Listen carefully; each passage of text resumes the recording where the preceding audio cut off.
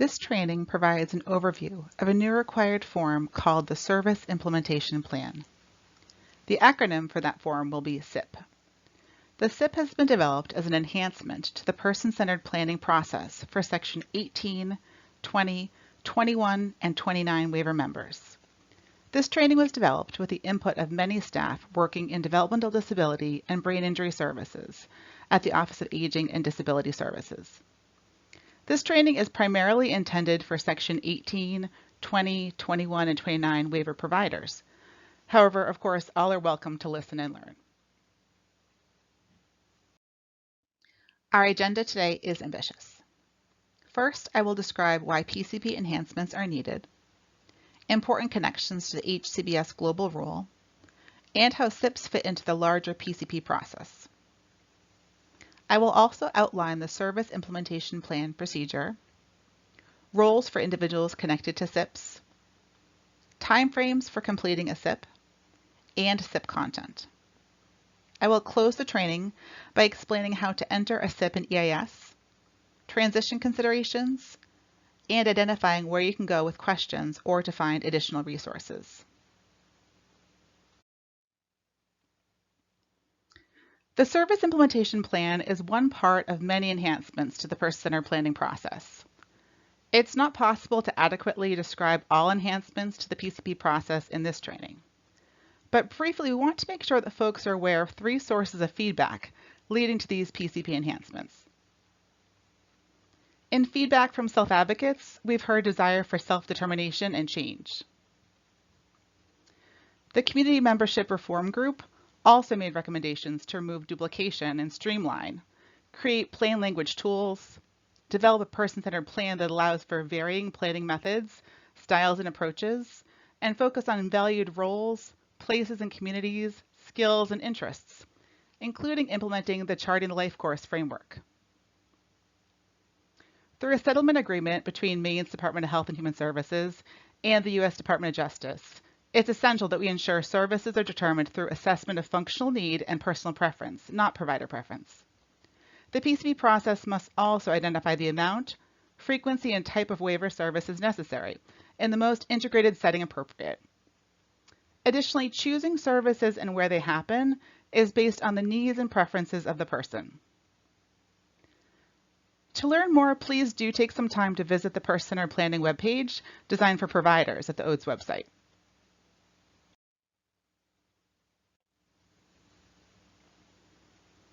Many of you will be familiar with the HCBS Global Rule, which was adopted in January. I want to briefly touch on some aspects of the HCBS Global Rule that connect to person-centered planning. Conflict-free case management to facilitate PCP development is a long-standing requirement. Similarly, the PCP reflecting what is important to and important for the member is also not a change. But looking at this language, you may start to see how a separate service implementation form will be beneficial to our person-centered planning process. Now that you have some context for the PCP enhancements, I would like to focus on the SIP specifically. I want to highlight one important process change for Section 21 and 29 providers who are accustomed to entering information about services into the PCP and EIS. Beginning in June, the SIP will be the only location where waiver providers enter information about how they will implement services. As Section 18 providers are used to, only case managers or care coordinators will enter information into the PCP and EIS. Section 20 providers will have a paper version of the SIP. I will go into more detail in the rest of this training about all aspects of the SIP and how the SIP fits into the larger PCP process. The SIP procedure begins after the plan meeting. If necessary, vendor selection is the first step. For example, a PCP might identify that a member needs home support quarter hour for 3 hours, 5 days a week. If the member is brand new to waiver services and needs to find a provider, their case manager or care coordinator would conduct a vendor call to see what providers might have capacity for that. The member would then have the chance to speak with prospective providers and make an informed choice. Of course, if this member is continuing home support quarter hour and wants to keep the same provider, their case manager or care coordinator would invite them to complete a SIP after the plan meeting. SIP development is the next step. The case manager or care coordinator will ensure that the waiver provider has needed PCP information from the PCP, as well as from calls or meetings.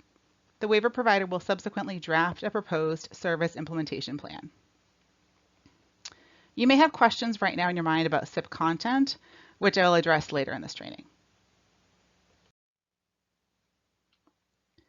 Once a SIP has been developed, it must be reviewed by the member and case manager or care coordinator. This can include a meeting if desired by the member. The case manager or care coordinator will subsequently assist the member to review the proposed SIP and either approve it or request changes before approval. The member could also elect not to move forward with a provider at this stage. Now that you have a basic understanding of the SIP procedure, let's take a different perspective and focus upon roles related to the SIP. A member will invite one or more providers to create SIPs based on their PCP needs. Later, they will review each SIP and accept or reject it. After a SIP is finalized, a member will periodically review goal progress with the waiver provider. And of course, the member may always choose another provider if desired. The case manager or care coordinator has an essential role in the PCP process, which extends to the SIPs. They engage in discovery and discuss needs and preferences. They will also coordinate with waiver providers, review proposed SIPs, and share requested changes. The final role that we will discuss in the SIP process is the waiver provider. The waiver provider will ensure they have a good understanding of the member and whether they can meet the member's needs. If services are intermittent, the waiver provider will consider whether they can fully or partially meet the requested amount of services.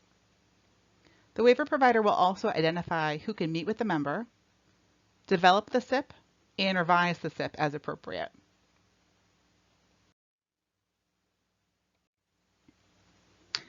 A service implementation plan should generally be submitted to the case manager or care coordinator within 10 business days of the request, unless the member agrees to a different day. Again, a SIP must be approved by the member and case manager or care coordinator before it's final.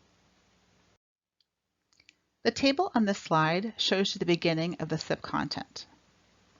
This is not an exact screenshot just to aid in readability, but the layout is the same. Prior to assurances, I do want to note that there is a very brief section where you indicate the relevant waiver program and service location. Assurances are outlined regarding plain language, the person that will monitor the service implementation plan, informed consent, periodic updates, and the purpose of support. These areas will be familiar from the former PCP service planning narratives. The service planning section comes immediately after assurances. Additional clarifying language is found in the SIP, but the language on this slide has been summarized for readability.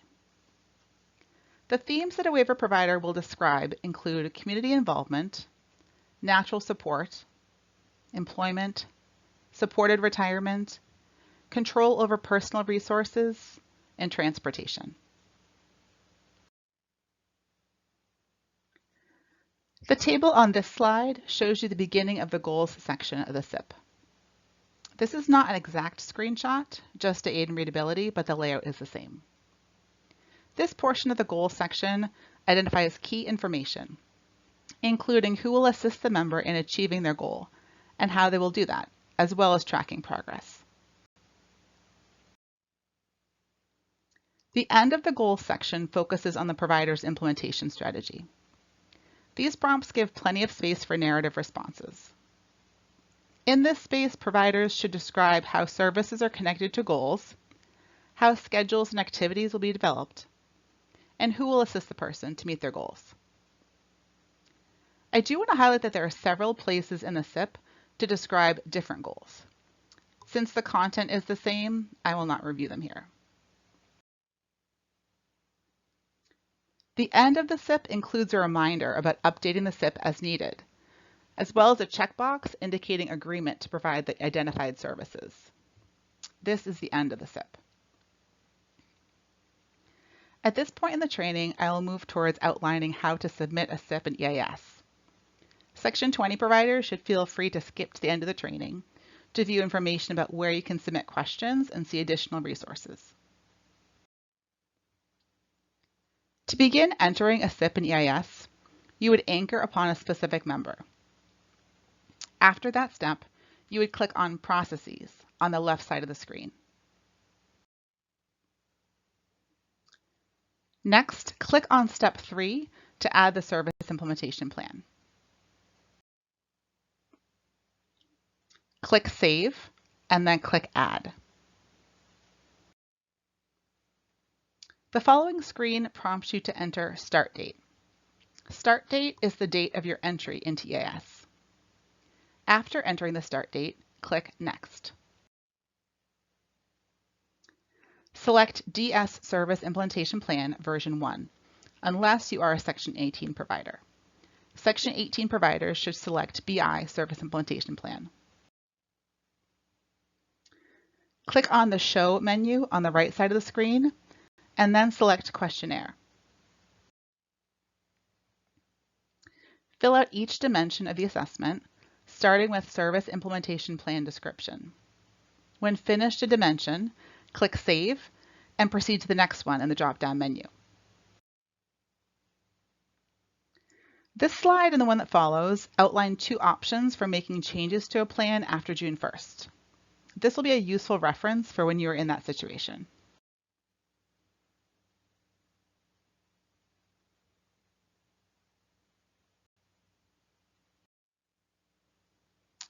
Thank you for taking this training. Please feel free to submit any questions to the email indicated. Please also visit the Person-Centered Planning website listed for more information, including a new PCP manual and other recent trainings about enhancements to the PCP process.